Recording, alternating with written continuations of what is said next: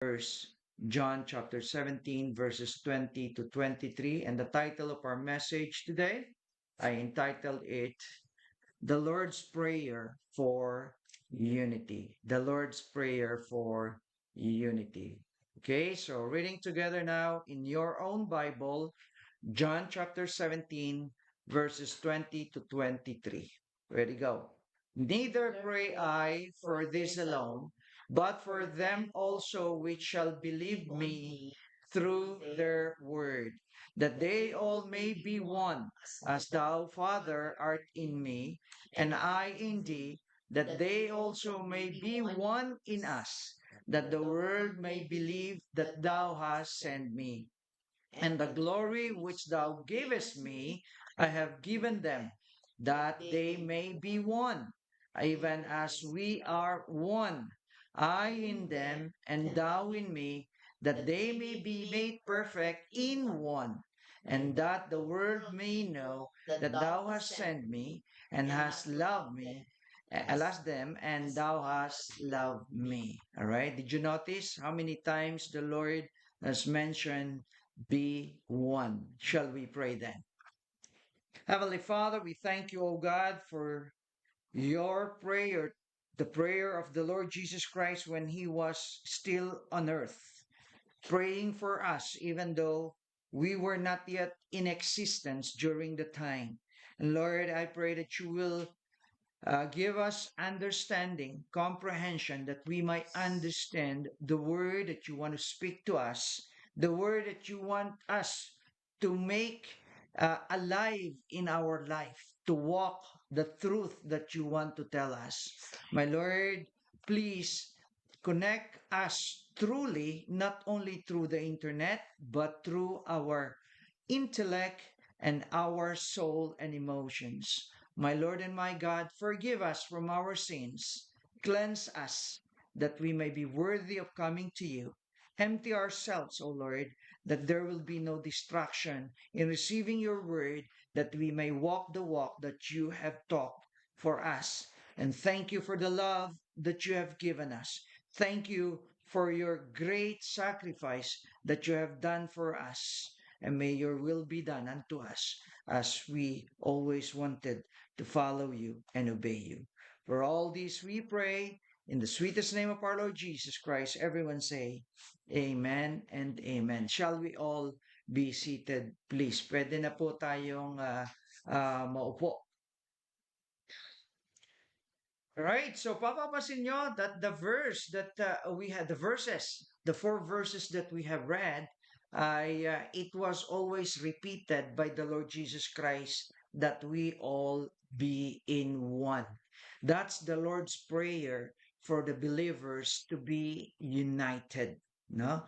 So the Lord Jesus Christ offers a powerful prayer for the people who do not exist yet. Imagine, um, ang sabi niya dito is, to those who will believe on Him through the words of the disciple.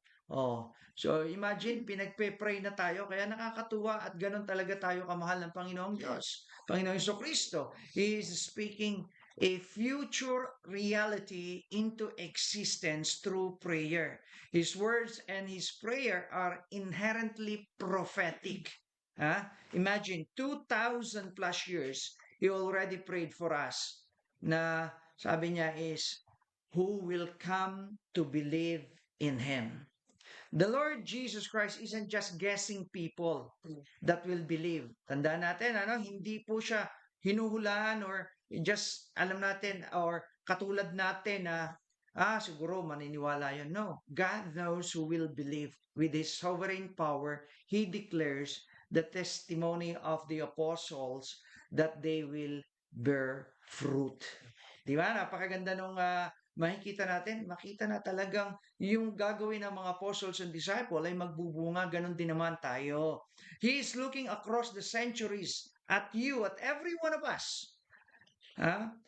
Which means before we become a believer, before we were born, the Lord Jesus Christ is already looking at us to be united as His followers. He wants us to be one, together building unitedly working as one. So makikita natin, how could it be? Paano ba mangyayari ito? First thing first that I would like you to understand is that in the Lord's Prayer, makikita natin yung tinatawag na apostolic foundation. Hindi po yung ating pananampalataya is founded kay sino mang tao. It is from the Lord Jesus Christ that has been passed on to the apostles and disciples. And then from there, itinuro nila sa atin. And Jesus begins by praying for those who will believe in Him through the word of the apostles, through the word of His disciples. And then yung mga naniwala, ang sabi dyan ay tayo rin naman ay ipasa natin. No, this shows that our faith is built upon the testimony and teachings passed down from the original witnesses of Christ, life and resurrection. Sa doon makikita natin nakabase ang ating pananampalataya. Ano ba yung pananampalataya? Ano ba yung gospel na yung ating pinanampalatayanan? So makikita natin yan in 1 Corinthians chapter 15 verses 1 to 4. Hindi sinabi na dahil nagkaroon ng Christmas, tayo ay maliligtas o nagkaroon ng gospel. Hindi eh. Dahil ang Panginoong Kristo ay nagturo na maging mabait tayo, tumulong tayo sa mahirap, give alms and all these things. Hindi yun. Hindi yun yung gospel na kung saan ay sinabi ng Panginoong Kristo para tayo ay maligtas. Those are the things that God is just telling us as a proof of who we are. Diba? Ito yung gospel ang sabi, 1 Corinthians chapter 15 verses 1 to 4. Moreover, brethren, I declare unto you the gospel. Kita dyan? Which I preach unto you, which also ye have received, and wherein ye stand. So the gospel that he preached, the gospel that was received by the disciple, and the gospel that we receive also as believers in Christ. Verse 2, he said, by which also ye are saved. So through the gospel, we are saved. If ye keep in memory what I preach unto you, unless ye have believed in vain. No matter how many times the gospel is being preached to you, you have heard, you have listened, and you have accepted it probably. But then if you do not truly believe in Him, trusted on Him, accepted Him true in your heart, ang sabi dyan, hindi ka maliligtas. No? Verse 3, for I deliver unto you first of all that which I also received. So Paul is saying, this is what I have received. The gospel is what? How that Christ died for our sins according to the scripture. That's the gospel. The gospel is the Lord Jesus Christ came into this world. He suffered for our sins. He died on the cross according that has been prophesied in the scripture from Old Testament and fulfilled in the New Testament. Then he was buried in verse 4. He was buried and that he rose again the third day according to the scripture. So the Lord Jesus Christ did not just die, but he also rose again to prove that he have conquered death and he have paid the penalty of our sin.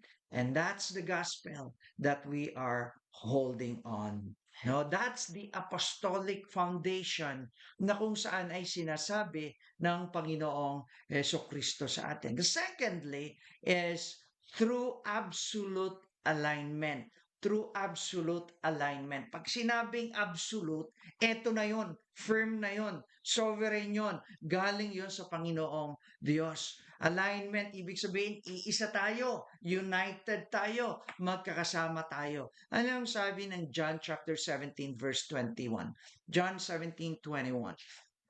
Ang sabi dyan, that they all may be one. Ang ganda ng pakinggan, ano? Ang prayer ng Panginoong Kristo na tayo raw ay maging isa o magkaisa. Ang sabi diyan, as thou, Father, art in me, and I in thee, that they also may be one in us. You see the emphasis ng Panginoong Kristo na ipinapanalangin tayo na the Father and the Son are aligned, so as we, the believers in Christ, the one who will believe in Him, will also be aligned with them, that the world may know that thou hast sent me. Napakahalaga po yung pagkakaisa na yan natin, because that only proves our alignment with God, and that proves that Jesus Christ came into this world to save people who are at loss. Jesus prays for the profound level of unity and agreement. Kasi pwede namang united lang saan? United na hindi na kami kakain ng baboy. O di yun dun, di ba? United na kami ay nasa Tim Horton malimit. Di ba? Pwedeng ganun lang eh. United kami na kami ay palaging magkwentuhan. But this is not just a simple agreement. It is an invitation for believers to be aligned with the Godhead, mirroring the perfect, inseparable relationship between the Father and the Son. Yun yung nais niya. Na ating imini-mirror, ating ginagaya yung pagkakaisa ng Diyos Ama at Diyos Anak.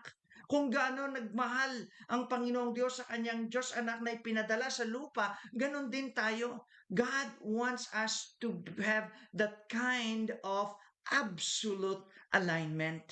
The Lord Jesus Christ desire for His people that they will be absolutely agreeing with one another by walking and working together in unity. He wants us to be one mind, in one accord.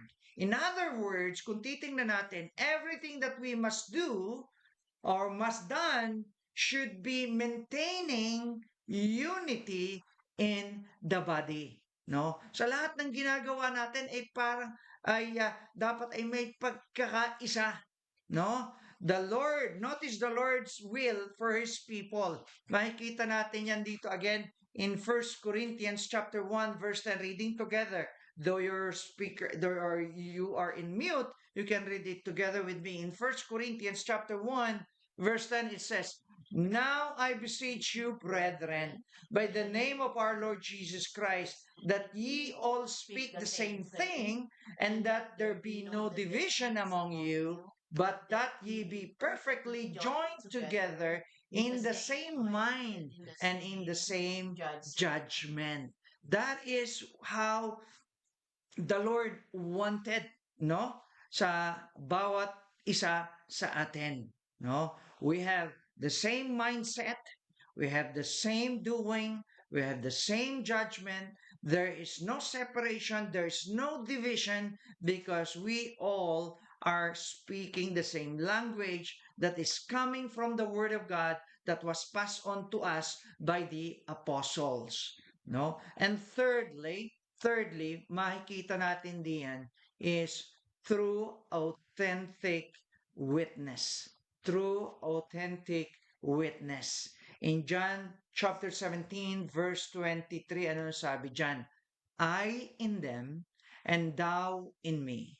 So the Lord Jesus Christ is speaking to that. Sabi niya, ako sa kanila and you and God the Father in me, in Him. Right? That they may be made perfect in one. What a wonderful word, you know? And that the world may know. That speaking of witness, speaking of an authentic witness of the Lord Jesus Christ, na anong gusto niyang ipaalam at ipakita? That thou hast sent me and hast loved me and that thou hast loved me. Right? Yun nawa ang makita sa atin na tayo are witnesses, no? Na makita ng mundo na siya'y sinugo ng Ama, na ang Ama'y mahal na tayo at mahal niya ang anak, o tayo ay magkaisa. The ultimate purpose of this unity is evangelical. The Lord Jesus Christ states that when believers are made perfect in one, the result is that the world may know that the God the Father in heaven has sent Jesus Christ into the world because he loves the world. Our unity serve as the primary evidence, tatandaan natin to the world of the authenticity of the Lord Jesus Christ's divine mission and God's love for unity. Kaya po, kapag ka ang church ay hindi united, nakakasira ng testimonya sa mga taong nakapalibot sa kanila. No? That's the reason why we keep emphasizing the unity, the oneness in Christ. Magka-sama-sama tayo sapagkat siya ang nagpapatotoo lamang na tayo ay in Christ. It is very important that there is unity in the church because we are the living advertisement of the Lord Jesus Christ. Tayo yung kung sa YouTube, yung mga lumalabas na advertisement, tayo yun, no, na nagsasabi, nagpo-promote sa mga tao na naka-watch out, right? Na hindi nakakakilala pa sa Panginoong Jesucristo. So, ilalabas yung advertisement na John 3:16, John 3:17, at tayo yung nagsasabi ng advertisement na yan. Tayo rin yung billboard of the Lord Jesus Christ. You know, if you travel along the highways, napakarami kayong makikita mga billboard that speaks about how to be saved. Ano, dito lang sa amin sa may Lake Ridge and Highway 7 sa kanto rito, makikita yung napakalaking billboard na sinasabi about the Lord Jesus Christ, that how to be saved. No? We are the living representatives and ambassador of the Lord Jesus Christ that the world would see. Ikaw at ako, ang ambassador. No? Kung tayo ay pasaway, tayo ay laging kagugulo sa buhay natin, nakikita yung hindi genuine yung ating pananampalataya at pagkilos, na andoon pa rin yung ating old nature, ating niyayapos at hindi natin kinakalimutan yung ating old nature, anong makikita ng tao nakapalibot sa atin? What would they will see from us? Right? That same, you have no difference. Why should I be joining you in your church, or why should I be believing in the Lord Jesus Christ when you is still the same as I am, right? I need to be changed. I need to be transformed so that other people may see the transformation in my life and that they may believe in the Lord Jesus Christ, that you may be perfect in one. When the world sees the people of God and they see the presence of the Lord in them, ano mangyayari? They will come. They will believe. But the problem is when they see the presence of conflict and confusion, the sin of this world, then do you think they will believe in you? No. They will not. They will not. Right? That's why it is very important. Remember that God is not the author of confusion. We have to be strong in our faith. No? In 1 Corinthians chapter 14, verse 33, reading together now, please. Go. For God is not the author of confusion, but of peace, as in all churches of the saints. Ayan. So I would like you to see that God is the author of unity, the author of firmness, the absolute word that bring peace, right, to every one of us, to those who will believe. Hindi siya yung author ng confusion. He's the author of faith that we shall be saved. No? Right. So, in conclusion, sabi nila, wow, ang dali, sarap Pwede na kami pahinga. Conclusion na tayo. Alright, in conclusion, where should we be in unity? Saan ba tayo dapat maging united? You know, as MBBE, we must desire to carry on what the Lord Jesus Christ has prayed for us to preserve the faith and the family of believers. Meron tayo dapat gawin. Meron dapat tayong i-desire. Meron dapat tayong i-carry on towards the future. Right? To preserve the faith and the family of believers. And those practices that our Lord Jesus Christ and the apostles have passed on to us, dapat nating i-pass on din sa next generation. Dapat nating ipagpatuloy.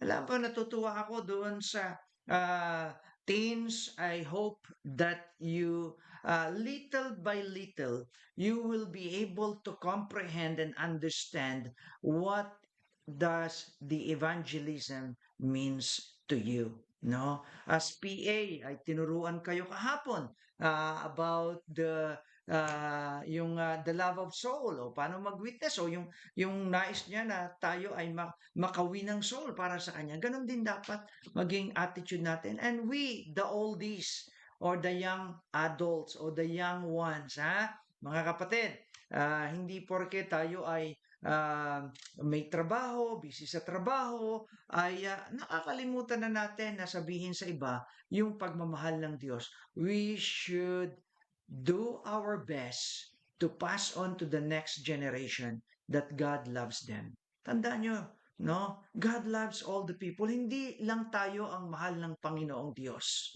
He came into this world not for you only, not for me only, but He came into this world for all of us. Kaya nga, nais ng Panginoong Diyos na tayo ay magkaroon ng pagsasama-sama ng unity as the Lord prays, na magkaroon tayo ng apostolic foundation ginawa ng mga apostles and disciples, na mayroon tayong absolute alignment at mayroon tayong pagiging authentic witness niya, na kung saan ay makapagdadala sa mga kaluluwa para magkaroon ng kaligtasan. So how could we do that?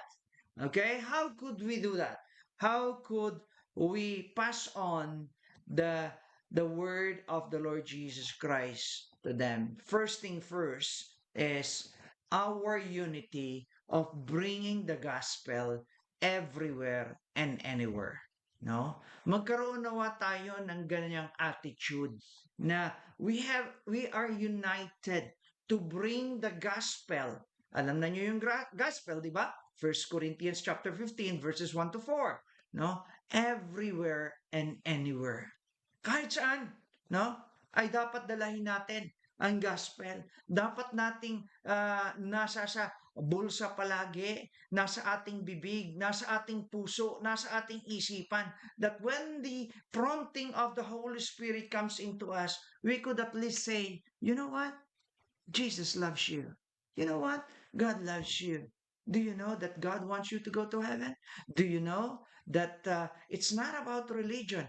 It's about a relationship that God wants you to have with Him. Oh, di ba? Na kung saan ay pwede natin sabihin ito sa kanila ng may pagmamahal at walang pagko-convict na dahil sila ay makasalanan.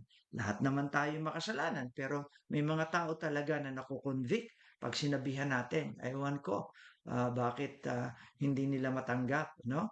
But then, we are all sinners. So, in that way, let God's love be manifested and be shown to them. In John chapter 17, going back to the prayer of the Lord Jesus Christ, in John chapter 17, verses 23, ay sabi niya dyan, I in them and thou in me, that they may be made perfect in one, and that the world may know that thou hast sent me, and hast loved them, and thou hast loved me. Right? So, gusto ng Panginoong Jesucristo na malaman ng sangkamunduhan na siya'y bumaba dito sa lupa para tayo ay magkaroon ng kaligtasan. Malaman ng mga tao sa mundo na mahal din niya sila at hindi lamang tayo. Kaya nga, bago siya lumisan, so in His lifetime, nanalangin siya. At bago siya lumisan and go up to heaven, nagsabi siya sa kanyang mga disipulo, mga anak, mga apostles, mga disciples, ang sabi niya, go ye therefore and teach all nation. Ikinumand niya. Hindi niya sinabing, well, as you like, you go. Hindi, sabi niya, therefore, you go. Okay? I'm just putting it in the modern English. Therefore, you go. Sa Old English, go ye therefore. Di ba? So, sinasabi niya, you have to go. Let the people know that I came Because I want them to be saved. I want them to go to heaven. I want them to be transformed. I want them to be the person that we have intended in the beginning of the creation of the world. I want them to enjoy the life that we have created for them, the abundance of life and the eternal life that they have to share. So, the Great Commission, yan ang dapat na unang-unang ginagawa ng churches. Many churches are dying, declining because they forgot Great Commission. No. And nawa hindi mangyari sa atin to. No. Instead, we move forward as the Lord has commanded us. Many churches of today gathered together, but they do not practice the Great Commission. Sila-sila na lang. They fellowship with one another, and that's more than enough for them. No, we should not be like that. No, I don't want to mention a lot of churches that you will see, a lot of denominations that you will see. Ganun na lang ang ginagawa nila. Nakakalungkot. But if you will continue reading this Bible, the Bible speaks that we have to go. We have to tell them. For the saints or the everyday Bible believing Christians or you Baptists, we should be wholeheartedly practicing, declaring the gospel wherever we go because it's important because the heart of God is there and it is the command of the Lord Jesus Christ. Andyan po ang puso ng Panginoong Kristo dyan sa Great Commission. Nais niya na magkaroon ng kaligtasan ng maraming tao. Ayaw niyang mapahamak sila. In 2 Peter chapter 3 verse 10, sabi niya, I don't want people to perish. I want all people to come to salvation. No. That's the reason why patuloy sa kanyang panalangin in John chapter 17 verse 18. And thou hast sent me into the world. Even so, I also send them into the world. Always remember this. If you are in Christ, you don't just get saved. You don't just enjoy the blessing. The Lord said, even so, I have sent them into the world. Right? Tayo ay sinugo niya. Kung siya ay naparito para sa kaligtasan ng mundo, tayo rin naman ay iniligtas niya para ang iba ay magkaroon ng kaligtasan sa pamamagitan ng ating testimonya, sa pamamagitan ng ating salita upang sila ay makarinig at manampalataya. This is not just planting churches and missions, remember that, but reaching homes, offices, schools, communities, government agencies, and etc. No? Hindi lang tayo, churches ang inano, kundi lahat nire-reach out natin o i-reach out natin. The gospel must be brought to everyone, geographically, demographically, generationally. Lahat yan ay dapat nating marating. We pray for them. We go out to tell them. And we support those who go out to the places we could not reach through our mission giving. Alam po nyo, ito yung ating Samaria. Jerusalem. Reach out natin.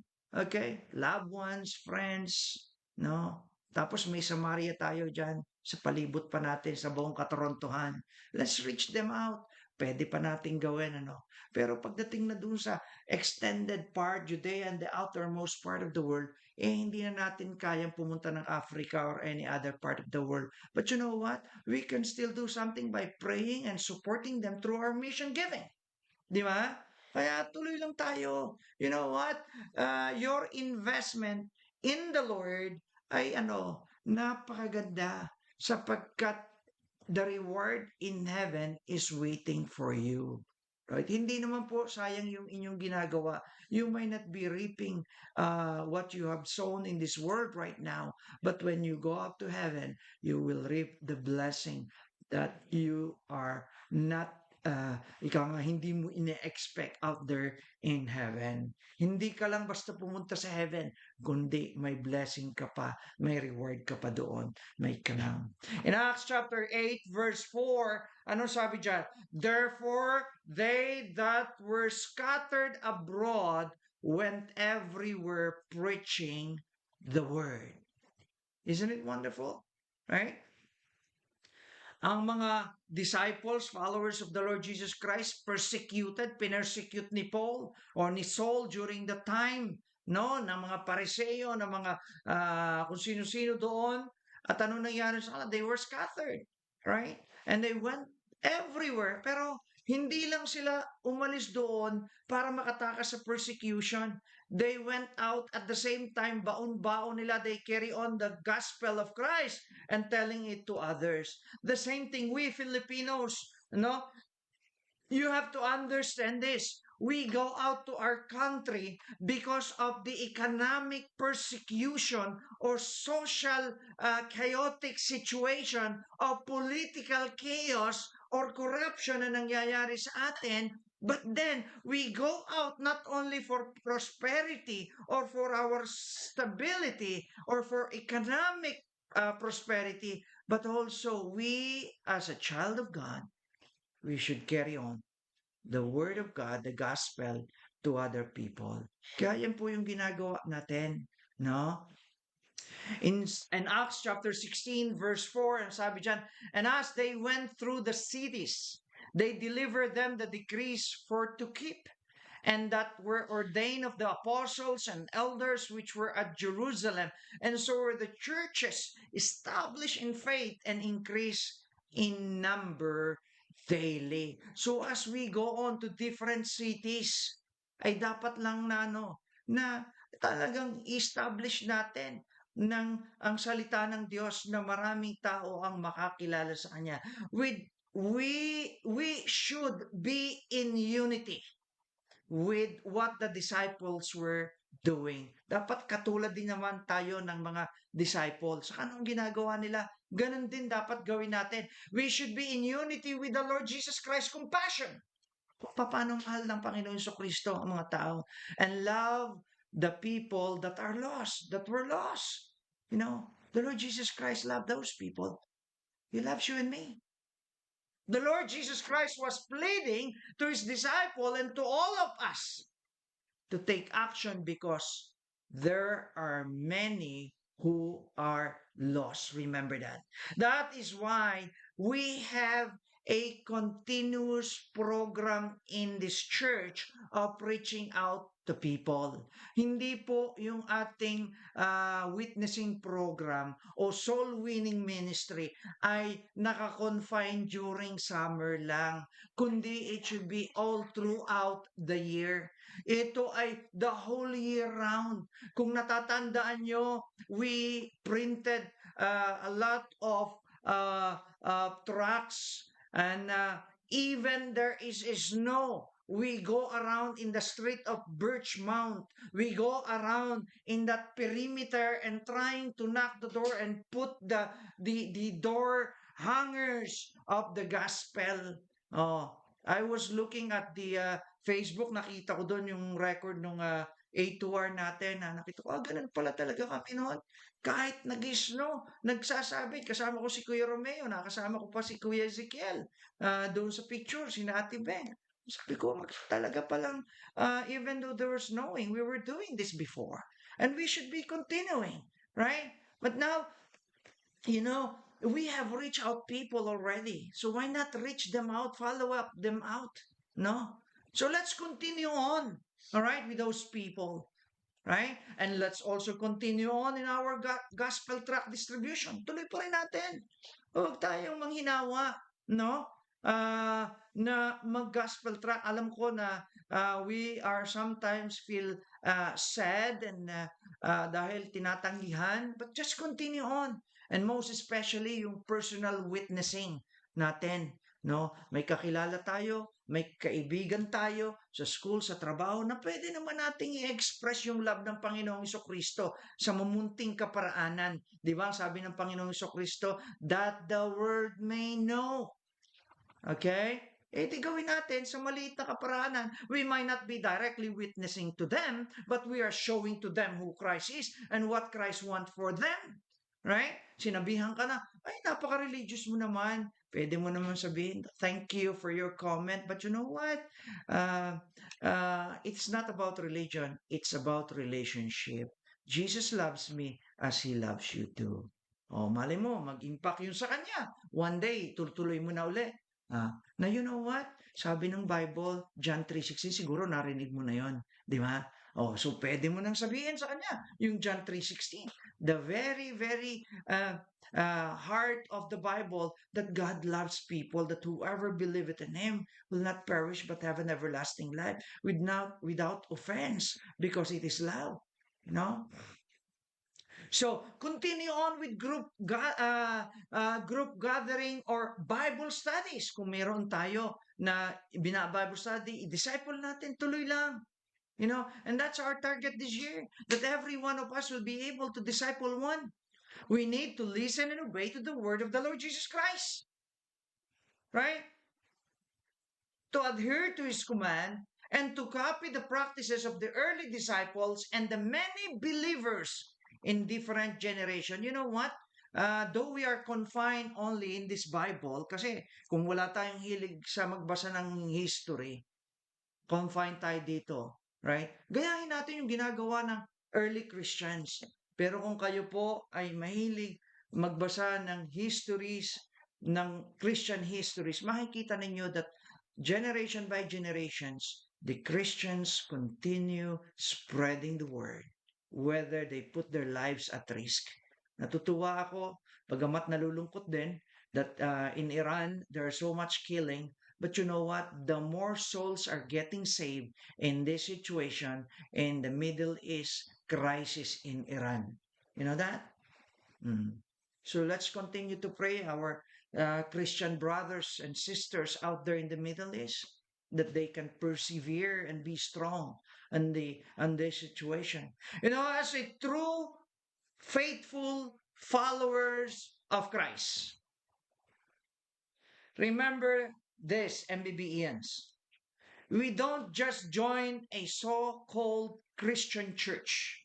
Marami kasi na pag-alis na ng Pilipinas, pag-alis ng kanilang kinalalagyang lugar, basta na lang, sasama na lang sila kahit kanino, pwede na.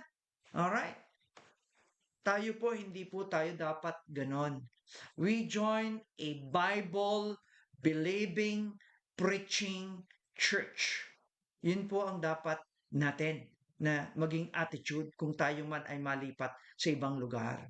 If we don't find one, it should be your desire to start a Bible study there until the Lord bless that Bible study and become a church. Yun ang dapat nating maging attitude.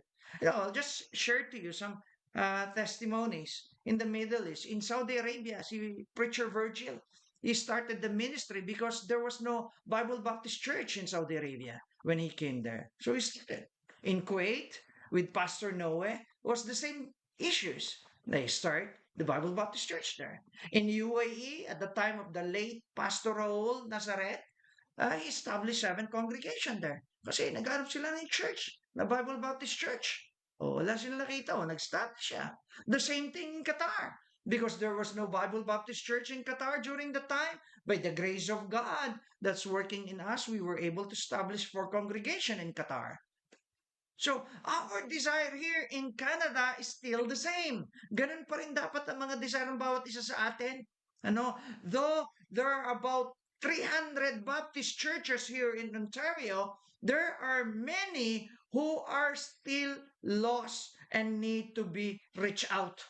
Hindi naman kayang ma-reach out ng mga yun, yung mga iba The more Bible-believing churches reaching out souls, the more souls will get saved. At yun ang ating i-desire.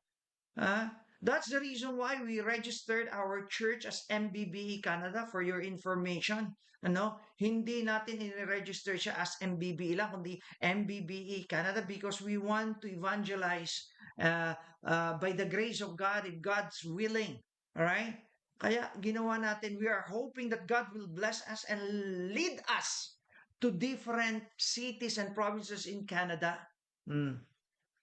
Yan po nawa maging puso rin natin.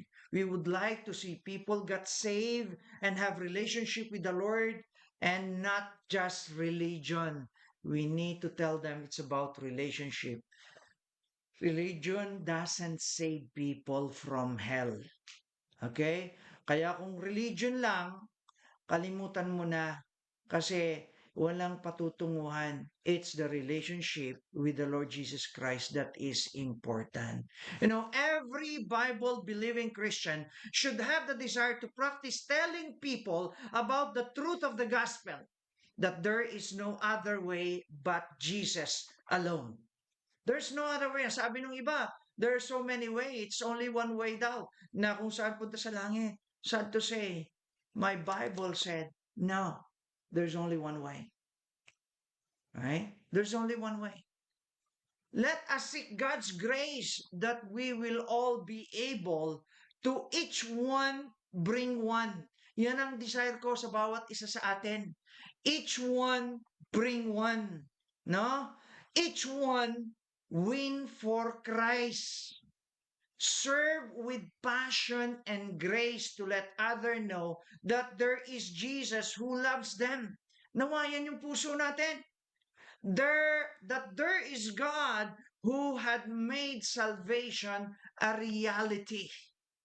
That through Christ alone, John 14:6, I am the way, the truth, and the life. No one cometh to the Father but by me. Diba? Sabi niya, in Acts chapter 4, verse 12, sabi dyan, there's no other name written under heaven that you might be saved. It's only through Jesus Christ. So, we need to tell them about the Lord Jesus Christ, that they can escape the sin's penalty in hell, that Jesus alone can take them to heaven. So, let us be passionate to speak to them the truth in love. Remember Ephesians chapter 4 verse 15, di ba? Pinag-aralan natin nung nakaraan. Let us speak truth in love. Let's don't separate love and truth, right? Otherwise, if it's only love, it's hypocrisy. If it's only truth, then you can offend people. But if you combine the originator of love, God is love, and the originator of truth, which is God is the truth, putting it all together, speaking truth in love, we will be able to bring them to Christ. Okay? So that's our unity to bringing souls to Christ. Secondly, is our unity to passionately see people saved and baptized. Magkaroon nawa tayo ng ganitong passion. Magkaroon nawa tayo ng ganitong klaseng pagmamahal. Our unity to passionately see people getting saved and baptized. Ginawa ang maging puso ng bawat isa sa atin because of God's love to the world. Remember this, Jesus Christ came into the world that we might be saved. Okay, can you recite for me John 3:16? At least para kasama ko pa rin kayo. Go. John 3:16. For God so loved the world that He gave His only begotten Son, that whosoever believeth in Him should not perish, but have an everlasting life. Oh, so dapat alam natin yan by heart. By kahit tulog pag pinag-recite ka, kinalabit ka. Recite John 3:16. Dapat alaman mo yan, no? Bilang isang anak ng Diyos, right? So, hindi lamang yan, ituloy natin yung John chapter 3 verse 17 na sabi diyan, for God sent not His Son into the world to condemn the world, but that the world through Him might be saved. All right? So, makikita natin kung gaano tayo kamahal ng Panginoong Diyos, gaano nais niya na ang tao ay maligtas. That's the reason why there is John 3:16. That's the reason why there is 17 who explain what John 3:16 is. No? That through Him we might be saved. No? Mark 16, chapter 15, verse 15 and 16, ang sabi niya nung siya'y naglisan sa mundo, and He said unto them, go ye into all the world and preach the gospel to every creature. Lahat. Huwag tayong mamili.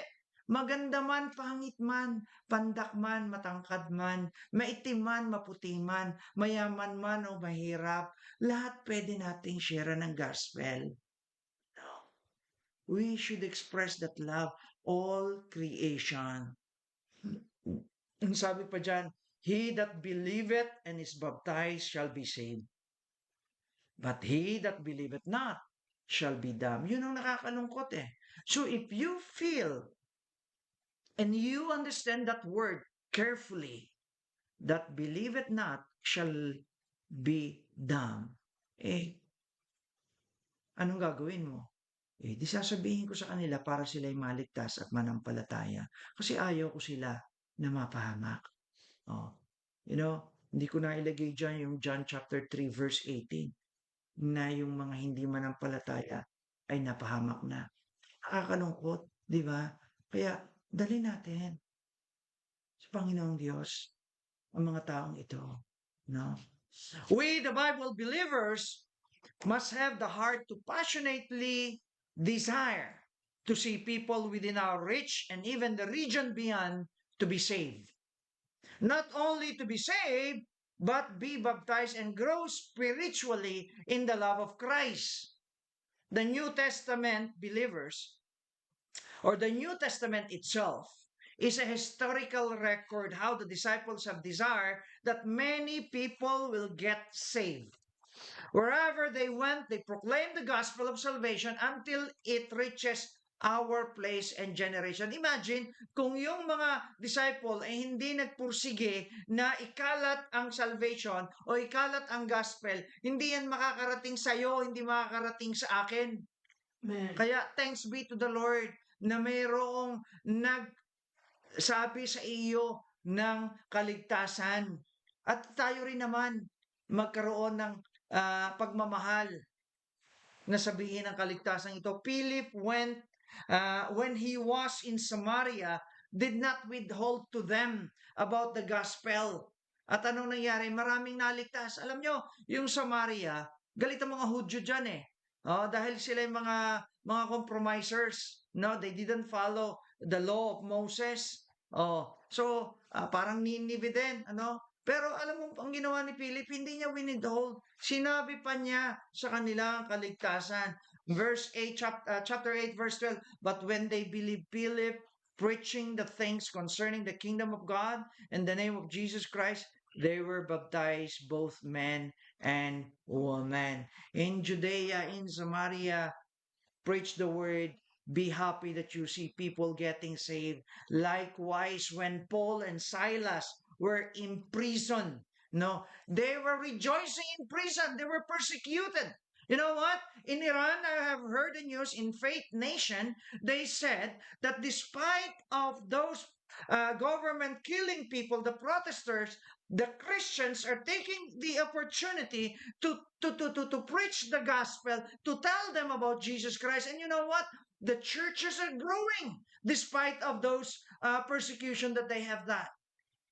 There are pastors who are sharing their testimonies that the underground churches there are growing because of that. Kaya siguro, alam nyo, kung minsan, naisip ko, mas maganda yata na persecute din tayo dito sa Canada or North America, no? Siguro, lalago at dadami ang maliligtas, no? So, hindi nga ganun ang sitwasyon natin, We are very free here. I like to work, I like to go there, I like to this, I like to that. Yun na lang.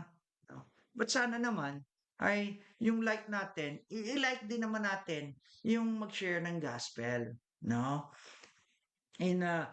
Sa halip na magalit si Paul and Silas, in Acts chapter 16, verse 30 to 33, reading together now, please, go. And brought them out and said, Sirs, what must I do to be saved? And they said, believe on the Lord Jesus Christ, and thou shalt be saved in thy house. And they speak unto him the word of the Lord, and to all that were in his house. And he took them the same hour of the night, and washed their stripes, and was baptized, he and all his straightway. Kita nyo? Di ba? Sa halip na magalit si Paul at si Silas, kinulong, pero sinabi pa niya kung paano maligtas doon sa mga doon sa kanyang jailor. That is what we want to see, na tayo ay we love all people no matter who are they, right? Okay, so we want to see many people will be touched by the gospel, accept that they were sinners like you and me. No? That they need to confess their sin, that they need to repent, that they need to put their faith in the Lord Jesus Christ, who died on the cross for us and was raised from the dead, accepting Him as the Lord and Savior so that they will be saved. This should be our passion, that people are getting saved to ensure that the Lord's mission, tanda Lord's mission to redeem mankind will be accomplished. Tayo ay lang, soldiers on foot. Ang Panginoong Kristo talaga ang may mission na magligtas. No? So let's get passionate to the work of the Lord. Let us bring happiness and rejoicing to many people and even to the angels in heaven. Di ba? Let's do that. Kaya sabi ng Luke chapter 15 verse 10, likewise I say unto you, there is joy in the presence of the angels of God over one sinner that repented. Oh, pasayahin naman natin ang langit. No, hindi tayo lang ang masaya dito. Di ba? Let's have the angels rejoicing up there in heaven with one soul getting saved because you have shared the gospel to that person, because that person got saved. Right? Thirdly, our unity to edify each other in growing and maturing in the Lord. Our unity to edify each other in growing and maturing in the Lord. Nawa, ito rin ay maging desire natin. Sapagkat ang Great Commission naman hindi natapos doon sa Matthew 28 verses 19 to 20 na, go ye therefore teaching all nations, baptizing them in the name of the Father and of the Son and of the Holy Ghost. May kasunod yun, ang sabi dyan, teaching them to observe all things whatsoever I have commanded you. Dapat ituro din naman natin ang mga bagay na itinuro ng Panginoong Kristo sa atin through His Word, through the Apostle, right? Teaching them to observe. So, hindi lang itinuro, kundi inaakay natin sila na i-put into action yung ating natutunan. Amen po? Dapat ay meron tayong pagsasagawa. Teaching them to observe. Hindi sabing teaching them that they may know. Hindi ganun yung sabi. Teaching them that they may be happy. Hindi ganon. Teaching them that they will be well informed. Hindi ganon. Teaching them that they may become clever or intellect. No, hindi ganon. Ang sabi, teaching them to observe, teaching them to put it into action, teaching them that they may walk the truth, teaching them that they may work on the truth that they have heard from me. Naintindihan natin? Ganun ang nais ng Panginoong Hesukristo. Whatsoever I have commanded you. Ang dami. Nakasulat po dito. Kaya I encourage you to read the Bible, to grow spiritually. In Ephesians chapter 4, verse 13, ano ang sabi dyan? Till we all come in the unity of faith and the knowledge of the Son of God, and in perfect men, unto the measure of the stature of fullness of Christ. When the Lord Jesus Christ has given us instruction to be eyewitnesses for Him, He also told us to teach what He have taught us, that those people who believe and were baptized will grow and become a mature Christian. Why is it necessary? Because Ephesians chapter 4 verse 11 to 13 to 16, makikita natin ang kailangan yan. Because God wants us to be established in faith, to have a stronger faith. Ang sabi niya, till we come in the unity of faith. No? Nais niya na maging strong tayo sa ating pananampalataya. Hindi yung lalambot-lambot sa pananampalataya. Pag sinabi na alam mo ba, ng, si Kibuloy, siya pala talaga ang modern Christ. Doon tayo. Kasi old na yung Old Testament eh. Di ba? Oh, ikaw naman, palibasa, you're not strong enough in the Bible, nadala ka na ng modern world. Kaya ingatan po natin. Ang nais ng Panginoong Diyos, we need to be established in strong faith, unity in faith, that you will not be tossed to and from with the craftiness of the devil, the subtle strategy of Satan to bring the people to his fold. Kaya kailangan natin ng strong faith, no? Para hindi tayo madala ni Satanas. Ha? And then ano pa? He want us to have a deep knowledge of God, which means He want us to be intimate in our relationship with God. Maging intimate naman tayo sa Kanya. Oh, hindi yung kilala mo lang. Hindi dapat kilala lang. Yan. Parang asawa mo yan. O anak mo yan. O magulang mo yan. You have to desire to know the Lord Jesus Christ more and to be closely intimate with Him. Dapat yun ang relationship natin. Oo. Kapag gusto mo maging intimate sa Kanya, anong gagawin mo? You'll continue, read His Word, pray to Him, talk to Him, walk with Him. Yun ang dapat natin gawin. No? So that we could be intimate and we could grow, ang sabi niya, unto the measure of the stature of the fullness of Christ. Nais niya na tayo ay dumating sa pagkakataon na katulad niya, na tayo nandito, ang attitude, ang ating character is Christ-like character. Hindi Christ, hindi pala pasaway character. Hindi ganon. No? For them to know God deep in their heart, for we, the Bible believers, the Lord Jesus Christ commanded that we have to teach everything that we have heard from the Lord and put it into practice. No? Wala tayong dapat itago. Lahat ng makabubuti natutunan natin dito, let's tell it to others because that's the command of the Lord Jesus Christ. Therefore, Bible believers are not to teach any other doctrine or tradition of men which are of pagan origin. We have to teach only what are coming from the Bible. And this is what we are doing right now. We only teach what the Bible teaches us. This is the reason why we even we are tired at night of after work. Ay meron pa tayong Bible studies. And, it's not easy to spend time after work. Alam po niyo yung mga ibang tao, mga hindi mananampalataya, pag sinabi mong, may Bible study, talaga, kayo, sila hindi, relaxation na. Hindi ganon ang itinuro sa atin. In Acts chapter 2, verse 41 to 47, tuloy-tuloy pa rin. Para tayo lumago.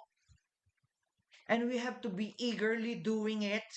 We have to be passionate to become matured in the work of the Lord, to become matured in our faith, to be intimate in the Lord Jesus Christ. And the cycle has to continue on. As we grow, we pass it on. As we grow, we continue on and pass it to the next generation. Teach them the same. Acts chapter 2, verse 46. Anong sabi? Reading together now, please. Acts chapter 2, verse 46. Ang sabi dyan? And they, continuing daily, one accord in the temple, and breaking bread from house to house, did eat their meat with gladness and singleness of heart. Tuloy-tuloy lang. Kasi alam nyo, if you want to be intimate, if you want to grow more, if you want that people, that person na ini-disciple mo, or the people that you want them to grow, ay gusto mong lumago, araw-arawin mo, kahit konti lang, maiksi, hindi mo naman kailangan ng 1 hour eh. Hindi mo naman kailangan mahaba. In 10 minutes, you can encourage them. You can bring them to the Lord in the bits of nuggets. You can help them. And then later on, until such time that they have developed their desire, they can themselves do even read 1 chapter, 2 chapters of the Bible. Each and every one of us has a wonderful gift from God. Remember this. Lahat tayo may gift galing sa Panginoong Diyos, skills. He imparted that different and unique abilities that complements each and every one of us. Maaring si PA, si PMJ, nandyan ang pamilya nila, mahilig or may gift na mag-share ng gospel sa labas. Ikaw naman, you were not able to do because of something, but you have the gift to talk. Natawagan mo si PA, sabi, PA, sino ba yung Mercedes? Sino ba itong tao na to? Pwede bang, kaedad ko yata to, pwedeng ako na lang ang mag-follow. Pakilala mo naman ako sa kanya. You see, you will be able to be an encouragement to the person, So, ganyan tayo, mayroon tayong gift. Be an encourager. Be a person who can follow up. Be a person who can compliments. O kaya naman sabihin mo, PMJ, ikaw pala ang lumabas ng ganun, papakainin na lang kita. Na-encourage tuloy sa'yo si PMJ, papakainin mo patlakas siya dahil nag-witness. Di ba? So, do something for the church, do something for the body of Christ, that Christ will be lifted up through the works that we all do. So that we can all grow and we all mature in Christ. When we are all anchored and focused in the Word of God, remember this, we become united in faith. And the prayer of the Lord Jesus Christ will be manifested in us. Alam nyo, if the Lord Jesus Christ is praying that we be united in faith, ganun din dapat tayo. We also pray that we are united in faith, that we also pray that we be made perfect in one. In John chapter 17, verse 23, I would like you to stick this verse in your head, in your heart, in your soul. I in them, and thou in me, that they may be made perfect in one, and that the world may know that thou hast sent me, and hast loved them, and thou hast loved me. Now, let us be perfect in one with the Lord Jesus Christ, and let us have that kind of unity that the world may know that Jesus came into this world because he loved the world and he wants to save the world. In our own little way, let's do something. Let us be united. Okay? So let me close here. The Lord, our high priest, prayed and continually interceding for us that we must be made perfect in one. Habang binabasa mo yan, makikita mo na siya'y nananalangin. At yun naman siya lagi para sa atin. He intercede for us. No? In unity in faith, na tayo maging katulad niya. Through apostolic foundation, through absolute alignment, and through authentic witness. Yan ang nais ng Panginoong Jesucristo sa atin. Nawa ay naintindihan natin. Nawa ay maipamuhay natin. No? The Lord Jesus Christ wanted us to be established in His teaching, which was passed on to us by the apostles. An absolute alignment with His love for men, and that we become authentic witnesses for the Lord Jesus Christ in this world.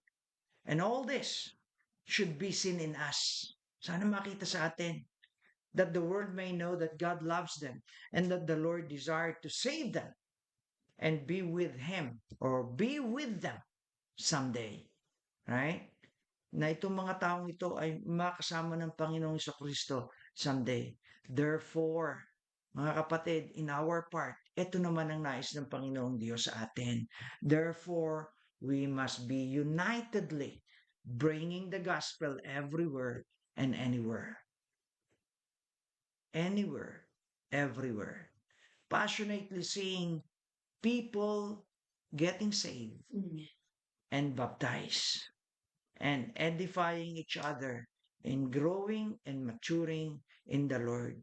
Kaya nga po, gawin natin ang pwede nating gawin in our own little way na pag tayo lahat nagkasama-sama, united sa gawain sa ating purpose na yan, malaki pong bagay yan. Oh, malaking bagay. Katulad ng baga, kapag iisa lang, madaling mamatay at hindi nakakapag-produce ng apoy. Subalit pag ang maraming baga, pinagsama-sama mo yan, right? Nag-ignite sila at they create a fire. They create a heat that burn. Ganon din nawa tayo maging united at will create something for the Lord, for His glory, and for His honor. So don't just sit. Don't just sit. Serve God. Amen. Don't just stand. Serve God. Don't just look and watch. Serve God. Don't just scroll FB and all these things. Serve God. Don't be naive. Serve God. Don't complain. Serve God. Be happy because you are member of God's family. Be His faithful, willing servant. Yun nawa ang maging puso natin. Brethren, you are at home right now. It's time for you to kneel down in your places, to talk to God, and ask Him, pray to Him what you have heard. Right? Narinig mo ang salita ng Panginoong Diyos. It's time for us to pray. It's time for us to kneel down to the Lord and say, Lord, you know what? Thank you for praying for me. And Lord, would you please help me that your prayer will manifest in my life? Would you come to the Lord in prayer and tell Him, Lord, tulungan mo ako, Panginoon. Tulungan mo ako, Panginoon. Mahina po ako, Lord. But you know what? Through and through you alone, I can be strong. Through and through you alone, I can do what you want me to do. Through your grace, I'll be able to take on the gospel to everywhere and anywhere. And through the love that you have for me and your passionate compassion to people, I would like to see people getting saved and baptized. And through the talent that you have given me, I pray, Lord, that you will help each and every one of us to grow and mature in you. Go and pray to the Lord. Go and ask the Lord. The Lord knows your heart.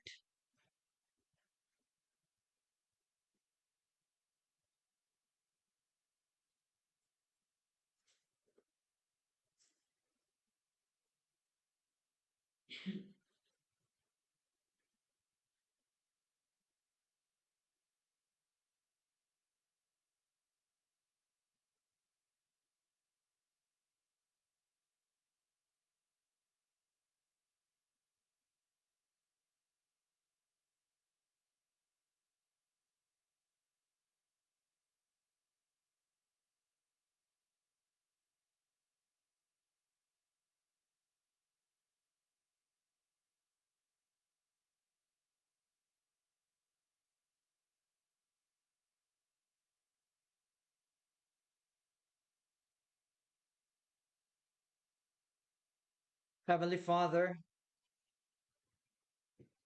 please forgive us from our sins of omission and commission.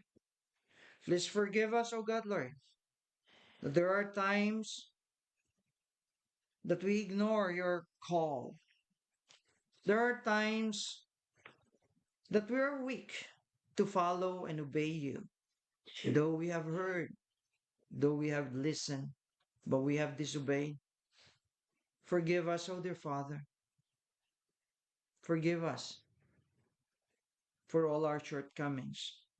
And may you please, Lord, let your command, let your instruction manifest in the heart of each and every one of us, that we be able to do what you want us to do. Convict us continually, O God, Lord, until the time that you called us to go to heaven. Lord, please help us that we be able to be conscious of your love, that we be able to compel others to believe in you because you love them too. Thank you, Lord God, for this moment. Thank you for giving us the privilege to worship you.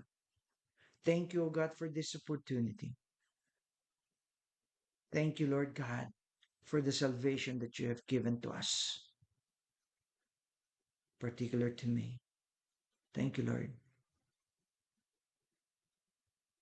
And Lord, may you please, if ever we meet someone, drive us to tell them that you love them and want them to get saved too. For all this, we thank you. We love you. We honor you. We magnify your name. In Jesus' name we pray. Amen.